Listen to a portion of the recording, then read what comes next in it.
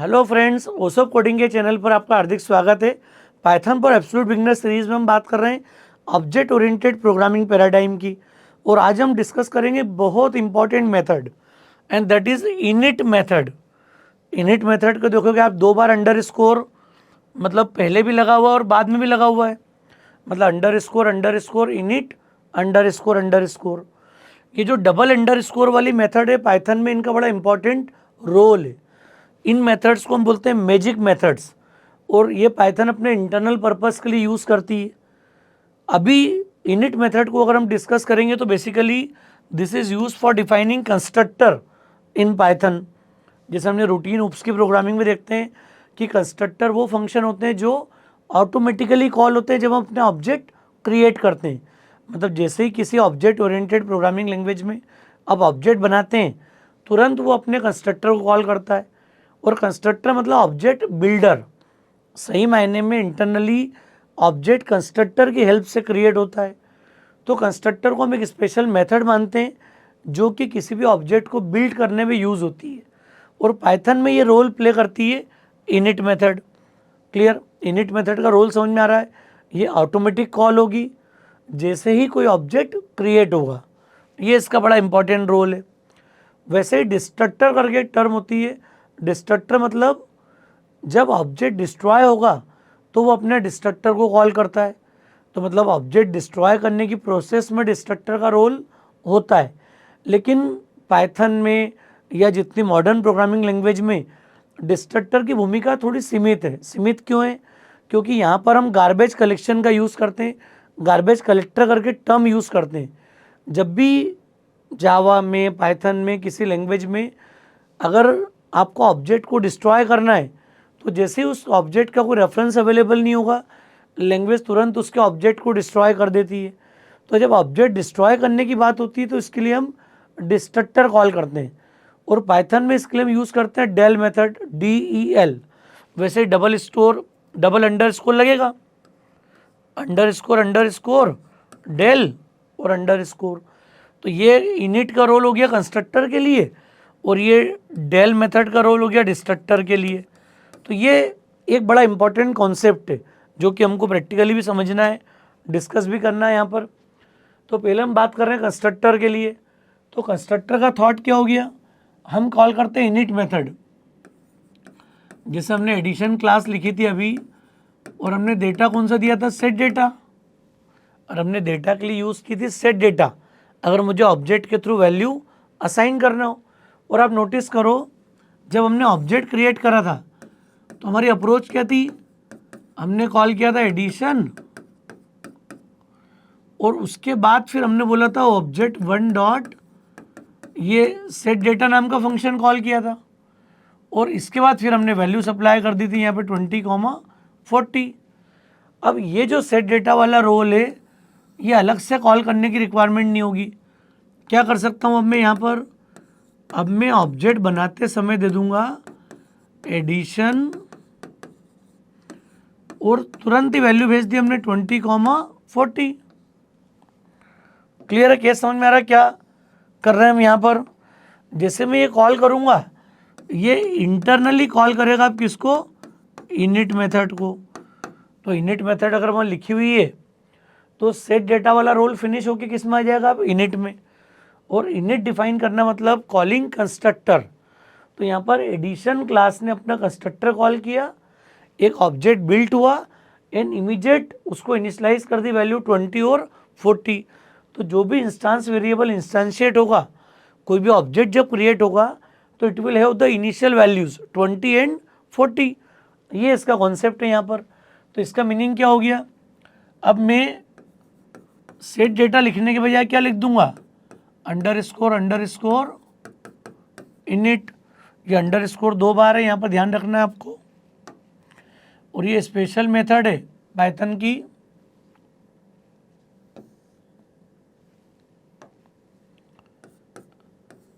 क्या दे दिया यहाँ पर हमने? पहला पैरामीटर तो आ जाएगा self, comma a comma B.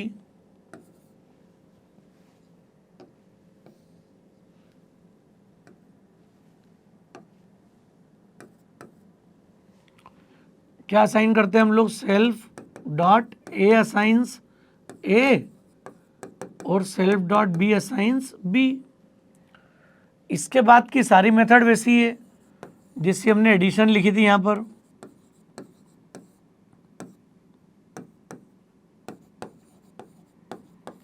Indentation के साथ देते जाओगे आप वन बाय वन जितनी मेथड्स है। तो ये हमारी क्लास हो गई। कंस्ट्रक्टर का थॉट क्या हो गया, सिंपल सा। अब मैं बात कर रहा हूँ इस इनिट मेथड की। यहाँ पर इनिट मेथड को समझ में आ रहा है क्या रोल है। पहले मैं कॉल करता था सेट डेटा को, आपने देखा भी है, लास्ट हमने लेक्चर में डिस्कस किया था। यहाँ पर सेट डेटा से वैल्यू सेट कर रहे हैं हम। पर इनिट का रोल क्या है, this will play the role of constructor. तो कंस्ट्रक्टर मतलब ऑब्जेक्ट बिल्डर, क्लियर, ऑब्जेक्ट को बिल्ड करेगा ये। तो इस पार्ट को हम देखते हैं इनिट मेथड का रोल क्या है। बड़ी इंपॉर्टेंट मेथड है ये। जो डबल अंडर स्कोर वाली जितनी मेथड होगी पाइथन में, इनको पाइथन बोलती है डंडर मेथड्स, मैजिक मेथड्स। ये सब स्पेशल मेथड्स हैं, इनका रोल है अपना अपना प्रोग्रामिंग केसेस में। तो देखते हैं यहाँ पर क्या इंपॉर्टेंट पार्ट है इसका। देखो अभी हमने क्या किया था, यहाँ पर मैं एक ही ऑब्जेक्ट ले रहा हूँ। अब हमने क्लैरिटी डेवलप कर ली, इनपुट आ गया। माय मैथ में वैल्यू देने की बजाय हमने इसको इनिशियलाइज कर दिया विथ ए एंड बी। ये जो काम था अलग से फिनिश हो गया। अब ऑब्जेक्ट बनने के बाद हमने ऐड कॉल कर ली। यहाँ पर सपोज अभी थोड़ा सा मैं इसको छोटा कर रहा हूँ पार्ट को। क्या किया हमने यहाँ पर, माय मैथ मेथड और under score init under score, 2 बार अंडर स्कोर लगा दिया हमने यहाँ पर। तो ये डेफिनेशन आ गई कंस्ट्रक्टर की। आप चाहो तो यहाँ मैसेज भी कर दो। ये हमने डिफाइन कर दिया प्रिंट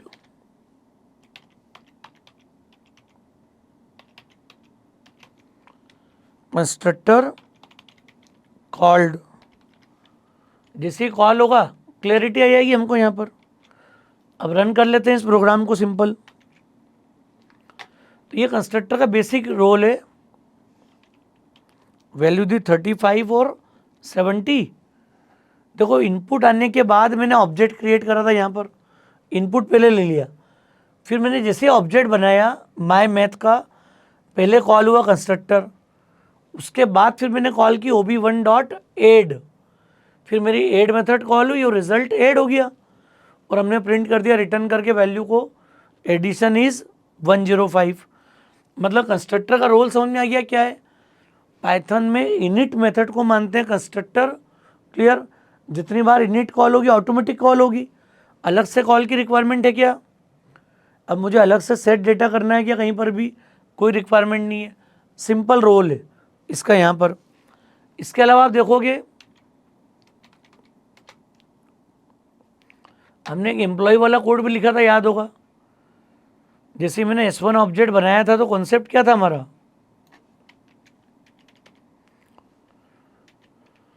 अब ये जो डेटा मैंने पास किया था सेट डेटा के अंदर, ये डेटा उठा के हम कहाँ देते हैं अब 1001 और अवनी। देखो S1 ऑब्जेक्ट क्रिएट करा और सेट डेटा का रोल खत्म करके हमने किसको ले लिया, इनिट को। वो सीधे डिस्प्ले कर दे रिजल्ट को। तो क्या चेंज आ गया, हमने डिफाइन सेट डेटा की जगह ले लिया under score init under score. बाकी पूरी फंक्शनिंग वैसी ही, बट डिफरेंस क्या हो गया, अब this will play the role of constructor. जैसे ही मेरा ऑब्जेक्ट क्रिएट होगा इमीडिएट कंस्ट्रक्टर की भूमिका आ जाएगी यहाँ पर। Here I can also print, हमने बोलते हैं स्टूडेंट कंस्ट्रक्टर। इसको रन कर लेते हैं अपन। अब देखो सबसे पहले काम क्या हुआ, सबसे पहले ऑब्जेक्ट क्रिएट हुआ S1। जैसे ऑब्जेक्ट क्रिएट हुआ इसने अपना इनिट मेथड कॉल कर ली, क्लियर। इनिट मेथड ने रोल नंबर नेम सेट कर दिया, मैसेज कर दिया स्टूडेंट कंस्ट्रक्टर। फिर हमने कॉल कर ली डिस्प्ले डेटा, तो रोल नंबर नेम और कॉलेज नेम चूँकि ऑटोमेटिक सेट हो गया था, यहाँ पर दिया था हमने क्लास वेरिएबल के रूप में। तो ये वैल्यू आ गई हमारी सेट होने के बाद। क्लियर है केस, कंस्ट्रक्टर का रोल समझ में आ रहा है। तो ये बड़ी इंपॉर्टेंट टर्म है प्रोग्रामिंग के अंदर। अब इसी के साथ एक रोल आता है डिस्ट्रक्टर का। डिस्ट्रक्टर को लेके मैं थोड़ी सी बात कर लूँ यहाँ पर। डिस्ट्रक्टर टर्म का मतलब क्या होगा, या इसी के साथ देखते हैं अपन यहाँ पर।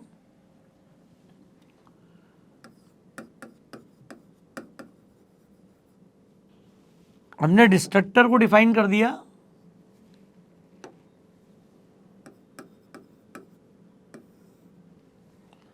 डिस्ट्रक्टर मतलब जो ऑब्जेक्ट डिस्ट्रॉय होगा तो डिस्ट्रक्टर ऑटोमेटिक कॉल होता है। हालांकि डिस्ट्रक्टर के बजाय लैंग्वेज की प्रेफरेंस होती है, गार्बेज कलेक्शन के थ्रू डेटा डिस्ट्रॉय होता है यहाँ पर। लेकिन फिर भी पाइथन ने आपको एक मेथड प्रोवाइड की है जिसको बोलते हैं डेल मेथड, DEL, डिलीट के लिए। तो हम लोग क्या कर सकते हैं यहाँ पर, हम चाहें तो डेल मेथड यूज़ कर लें। यहीं पे मैं दे दूँ यहाँ पर डिफाइन अंडरस्कोर डेल अंडरस्कोर और सेल्फ, और यहाँ मैं मैसेज कर देता हूँ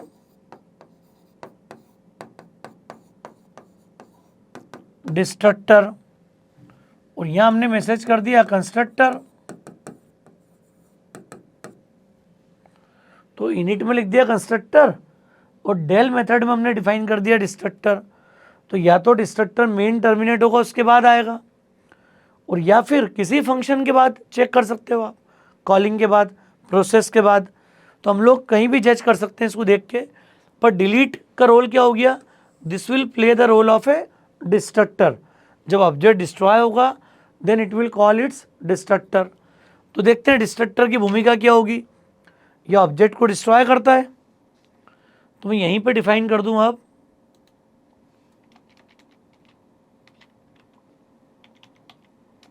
डिफाइन अंडरस्कोर डेल अंडरस्कोर, और यहाँ हमने मैसेज कर दिया है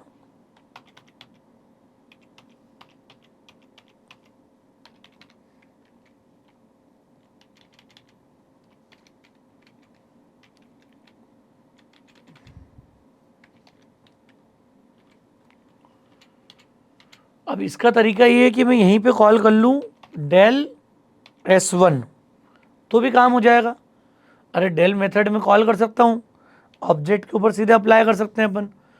हालांकि ये नहीं होगा तो ये ऑटोमेटिक भी होगा, तो मैं यहाँ पर डेल कॉल कर रहा हूँ सीधे इस मेथड को डायरेक्टली विथ S1 कि डेल S1 को आप डिलीट कर दो अगर आपने क्रिएट करा है तो देखते हैं किस प्रोसेस में ये कॉल होगा। सबसे पहले कंस्ट्रक्टर कॉल होगा, देखो आप, सबसे पहले कंस्ट्रक्टर कॉल हुआ, फिर डेटा डिस्प्ले हुआ, फिर कॉल हो गया डिस्ट्रक्टर। जैसे डिलीट कॉल हुआ है ये इसने डिस्ट्रक्टर को कॉल कर लिया, डेल मेथड को कॉल कर लिया। हालांकि ये मैं कॉलिंग करता हुआ दिखा रहा हूँ अभी आपको, इसकी नीड नहीं है। नीड कैसे नहीं है, अगर मैं ये पूरा काम जो है एक फंक्शन में कर दूँ टेस्ट,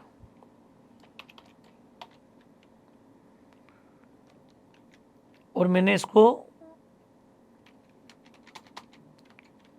देखो अब इसकी नीड ही नहीं, मैं इसको हटा देता हूँ अब। क्लियर। अब ये ऑब्जेक्ट मैंने कहाँ बनाया है, टेस्ट के अंदर बनाया है। जैसे टेस्ट फिनिश होगा, टेस्ट मैंने नीचे कॉल कर लिया है, जैसे टेस्ट कॉल होगा और यहाँ मैंने कोई एक मेथड लिख दी, यहाँ पर आपको दिखेगा कि डिस्ट्रक्टर पहले कॉल हो चुका है।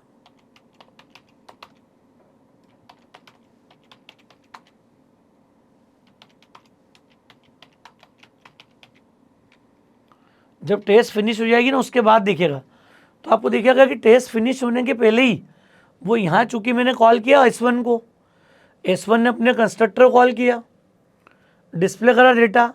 अब मैंने डेल कॉल नहीं किया यहाँ पर, डेल की कोई नीड है क्या, लेकिन ये जब ऑब्जेक्ट इस ब्लॉक से डिस्ट्रॉय होगा पाइथन ऑटोमेटिकली डिस्ट्रक्टर कॉल करेगी और वो डेल मेथड कॉल कर लेगी यहाँ पर।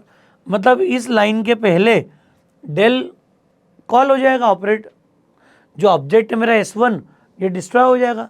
जितना ऑब्जेक्ट बनाऊंगा उतनी बार कंस्ट्रक्टर कॉल होगा, जितनी बार ऑब्जेक्ट बनाऊंगा उतनी बार डिस्ट्रक्टर कॉल होगा। देखते हैं इसको अपन यहाँ पर, देखो क्या लिखा हमने, समझो। सिंगल स्टूडेंट कंस्ट्रक्टर आया पहले क्योंकि ये लाइन कॉल हुई, फिर हमने कॉल किया display data, roll number, name, college name आ गया। अब चूंकि इस ब्लॉक से बाहर आ गया टेस्ट से में, तो बाहर आते ही डिस्ट्रक्टर कॉल हो गया बिना डेल के। डेल कॉल करा क्या मैंने, यहाँ पर डेल की नीड नहीं है। और फिर मैं लिख दिया आफ्टर टेस्ट फिनिश्ड। जब टेस्ट फिनिश्ड हो गया है, ख़त्म हो गया था, उसके बाद हमने देखा कि डिस्ट्रक्टर तो पहले ही कॉल हो गया था। अच्छा, जितनी बार मैं ऑब्जेक्ट क्रिएट करूँगा उतने कंस्ट्रक्टर कॉल होंगे, उतनी बार डिस्ट्रक्टर कॉल होगा। देखो आप, मैं अब S2 बना लेता हूँ एक, आपको दिखेगा कि S2 का डेटा अलग है। हमने नाम दे दिया आदित्य, और S2 डॉट डिस्प्ले डेटा। अब आप देखोगे कि ये इस लाइन पे आने के पहले दोनों के कंस्ट्रक्टर कॉल होंगे, डिस्प्ले करेगा डेटा को, दोनों के डिस्ट्रक्टर कॉल हो जाएंगे। तो ये डिलीट मेथड का रोल समझ में आ रहा है क्या है? देखो अब आप क्या हो गया, पहले student constructor, roll number print हुआ, स्टूडेंट कंस्ट्रक्टर, सेकेंड ऑब्जेक्ट चूंकि बन गया था अंदर ही, तो स्टूडेंट कंस्ट्रक्टर, फिर दूसरे का डेटा प्रिंट हो गया पूरा। ये एक एक करके दोनों के डिस्ट्रक्टर कॉल हो गए। एक बार S1 डिस्ट्रॉय हुआ, फिर S2 डिस्ट्रॉय हुआ, फिर आफ्टर टेस्ट फिनिश्ड। तो ये रिजल्ट बताता है कि डिस्ट्रक्टर की भूमिका क्या है। तो ये मैं लिख रहा हूँ, ये नहीं भी लिखेंगे हम तो पाइथन ऑटोमेटिक कॉल करती, क्योंकि ऑब्जेक्ट डिलीट करने का काम पाइथन करती गार्बेज कलेक्टर के थ्रू। पर आप चाहते हो कि डिलीशन टाइम पर कुछ एक्टिविटी करना है, तो आपको एक मेथड दे रखी है यहाँ पर, डेल मेथड। डेल मेथड कब कॉल होती है? जब कोई ऑब्जेक्ट डिस्ट्रॉय होता है जो गार्बेज कलेक्टेड होता है। जैसे ही गार्बेज कलेक्टर किसी ऑब्जेक्ट को डिस्ट्रॉय करेगा, पाइथन तुरंत अगर डेल मेथड आपने डिफाइन की है तो उसको कॉल कर लेगी यहाँ पर। तो यहाँ पर आपको इनिट और डेल दोनों का रोल समझ में आ रहा है, क्योंकि बिगिनर लेवल पर हम जब शुरू कर रहे हैं तो हमको पता लगना चाहिए कि ऑब्जेक्ट ओरिएंटेड प्रोग्रामिंग पैराडाइम का इंपॉर्टेंस क्या है, कंस्ट्रक्टर डिस्ट्रक्टर टर्म का क्या रोल है। तो पाइथन में कंस्ट्रक्टर के लिए इनिट कॉल होगी, डिस्ट्रक्टर के लिए भी कॉल डेल। हालांकि डिस्ट्रक्टर डायरेक्टली कॉल नहीं होते हैं, कॉन्सेप्चुअली ये काम गार्बेज कलेक्शन के थ्रू होता है, पर पाइथन सपोर्ट करती है कि अगर आप कोई ऑब्जेक्ट गार्बेज कलेक्शन के थ्रू डिस्ट्रॉय हो रहा है तो सेम टाइम पे you can call del if you define del method. मैं अलग से भी डेल S1 S2 लिख सकता था, यहाँ पर मैं एक एक करके लिख देता बीच में, तो इसका डिस्ट्रक्टर पहले ही कॉल हो जाता। देखो आप, मैं लिख देता डेल S1, इन बिटवीन आप चारों की प्रोसेस या आपकी एप्लीकेशन चलती रहे, इन बिटवीन आप चाहते हो कि ऑब्जेक्ट को मैं रिलीज़ कर दूं, तो ये तरीका है S1। और आप देखोगे कि S2 चल रहा है, S2 बाद में चलेगा, देखना अब आप देखो, इसका कंस्ट्रक्टर कॉल हुआ, डेटा प्रिंट हुआ, और ये डिस्ट्रक्टर कॉल किसका हो गया? S1 का, दिख रहा है आपको ये। फिर स्टूडेंट कंस्ट्रक्टर S2 का, फिर उसका डिस्ट्रक्टर कॉल हो गया, उसका देखो इसको मैंने डेल से कॉल करा और इसका अपने आप कॉल हो गया नेचुरल। तो ये दोनों तरीके आपको समझ में आना बहुत ज़रूरी है, कि ज़रूरी नहीं कि मैं हमेशा डेल कॉल करूँ, इट्स नॉट रिक्वायर्ड। अगर नीड होगी तो मैं इन बिटवीन ऑब्जेक्ट को रिलीज़ कर सकता हूँ। तो ये बड़ा इंपॉर्टेंट पार्ट है, पाइथन में कंस्ट्रक्टर और डिस्ट्रक्टर बड़ा इंपॉर्टेंट रोल प्ले करता है। तो हम कोशिश करेंगे कि आगे मेजॉरिटी ऑफ प्रोग्राम्स में हम अब इनिट मेथड का रेगुलर यूज़ करेंगे। और मैंने आपको पहले भी बताया था, लास्ट प्रोग्राम याद होगा आपको, हमने जो प्रोग्राम इसके पहले बनाया था हमने इनिट के बजाय सेट डेटा का यूज़ किया था। तो आपको क्लैरिटी होना चाहिए कि इनिट ही कंपलसरी नहीं है, सेल्फ कंपलसरी नहीं है। ये सारी बातें आपको क्लियर है, अब कॉन्सेप्ट पता है आपको पूरा अच्छे से। तो दोस्तों, मुझे उम्मीद है लेक्चर आपको समझ में आया होगा। लेक्चर ठीक लगा हो तो फ्रेंड्स को ज़रूर शेयर कीजिएगा। ओसोप कोडिंग को अगर आपने सब्सक्राइब नहीं किया है तो हमारा रिक्वेस्ट है, चैनल को सब्सक्राइब जरूर करें। Thanks a lot.